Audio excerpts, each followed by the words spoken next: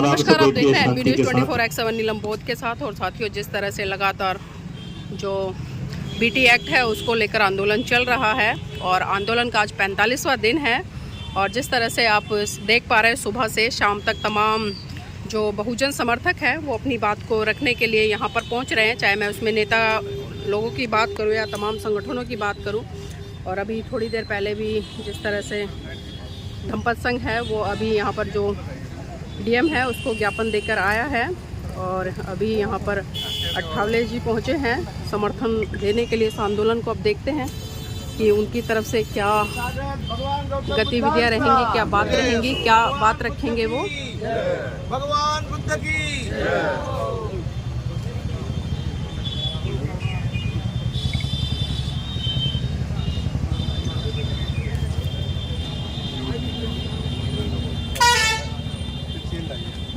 थोड़ा बढ़िया मंत्री जी आए दो भैया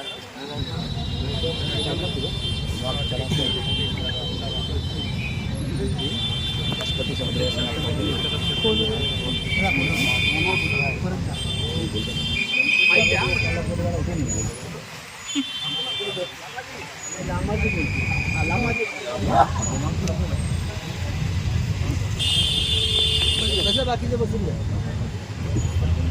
जी थोड़ा रिपोर्टरलो प्रस्तुत रही जी भिक्षु संघ उपासक उपासिकाएं आज हमारे केंद्र राज्य मंत्री सोशल जस्टिस एंड एम्पावरमेंट हमारे रामलाल अठावले जी आज ये हमारे 45वां दिन धरने का आज 17 दिन तक अनशन में थे। हम लोग महाबोधि महाविहार के सामने थे, लेकिन इतनी अच्छी बात हुई थी 17 दिन में होम सेक्रेटरी अनिमेश पांडे जी ने हम लोग पटना में मीटिंग की थी, क्योंकि हम लोग सोच रखे थे दो बड़ी बड़ी रैली की, शांति रैली, एक बोध गया में एक पटना में 26 नवंबर 2023 में, फिर 17 सितंबर 2024 में काफ़ी सारा ज्ञापन दे चुके हैं। विशेष करके इससे पूर्व भी भंते सुरेश देसाई की अगुवाई में आंदोलन हुई थी 1992 में, मंत्री जी को मालूम होगा। हमारी एक ही मांग है, जिस प्रकार से मुसलमानों की मस्जिद में मुसलमान ही कमेटी में रहते हैं, गिरजाघर में हमारे क्रिश्चियन भाई रहते हैं, हिंदुओं के मंदिर में हमारे हिंदू भाई रहते हैं, सिख की गुरुद्वारा में सिख रहते हैं, इसी प्रकार के एक बचा हुआ 84,000 जो स्तूप बनाए थे सम्राट अशोक ने। हमने अयोध्या के समय हम बौद्धों को मालूम थी कि अयोध्या साकेत नगर है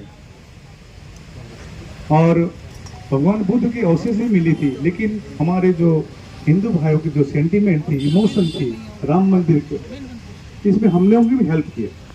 हम लोग भी गए, एक ईंट भेजे, हम लोग चुप रहे।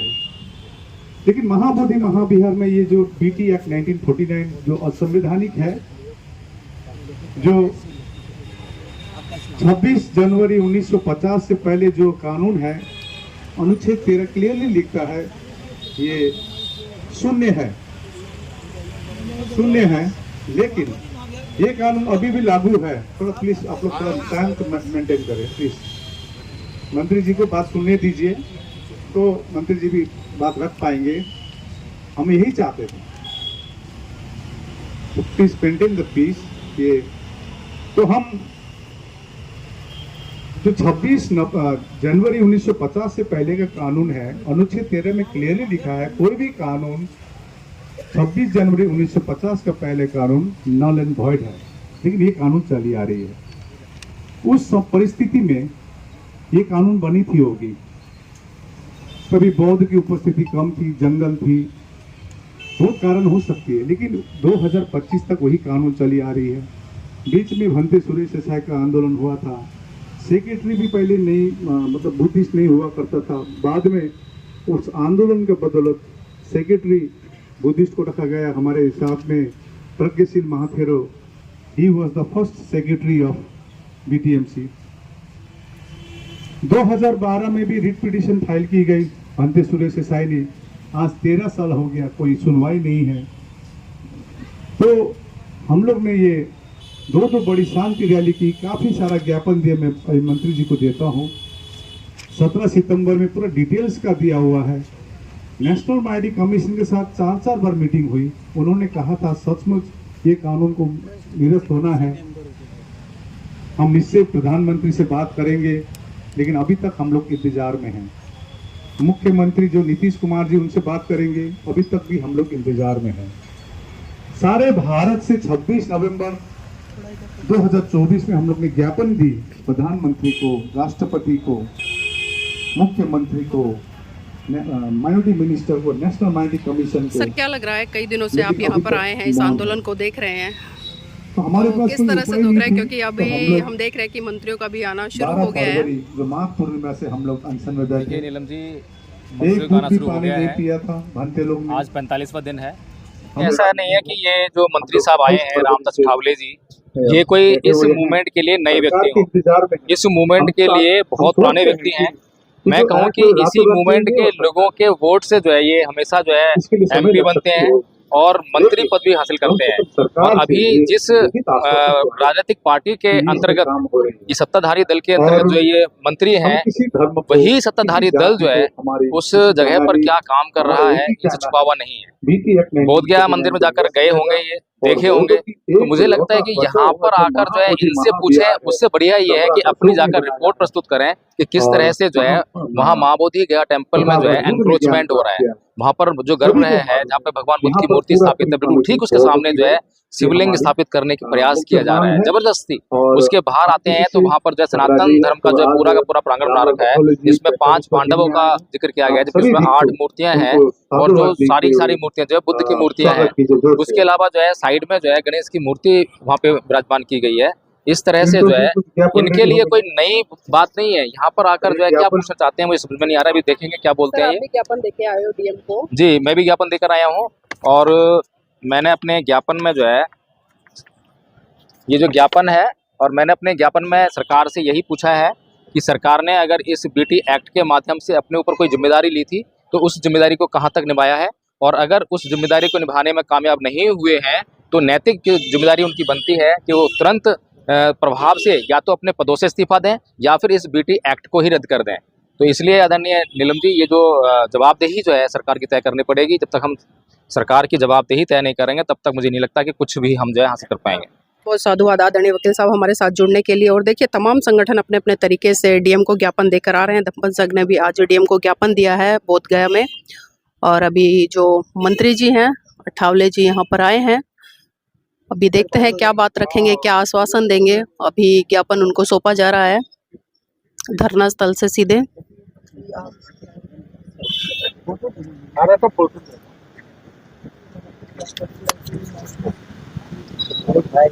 क्या चल रहा है? हो गया लगा?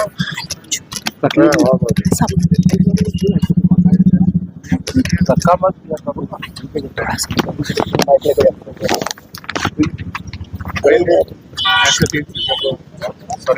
समय में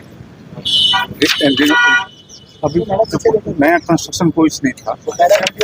ये जब एक्सकवेशन का टाइम का है, ऐसा एक्सकवेशन का टाइम, ये सब हम लोग नेशनल माइनॉरिटी कमीशन, लेकिन अभी एक कंस्ट्रक्शन बना दिया और यहाँ पर भगवान की मूर्ति है, उसको 5 पांडव कह रहे हैं, दिख रहे हैं 5 पांडव कह रहे हैं। लेकिन हमारा कहना क्या है, यहाँ पर शिवलिंग लगा दिए रहे। हमारा कहना क्या है,